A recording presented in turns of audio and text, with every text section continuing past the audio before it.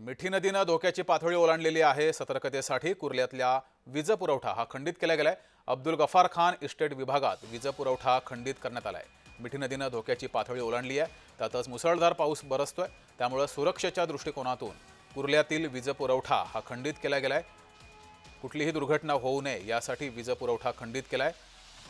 कुर्ल्यातल्या Abdul Ghaffar Khan estate विभागातील वीज पुरवठा प्रशासनाकडून खंडित करण्यात आलाय।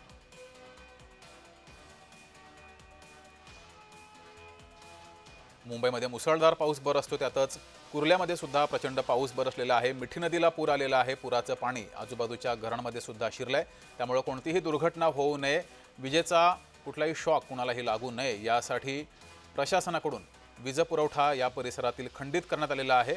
अब्दुल गफार खान इस्टेटमधील वीज पुरवठा खंडित करण्यात आला आहे।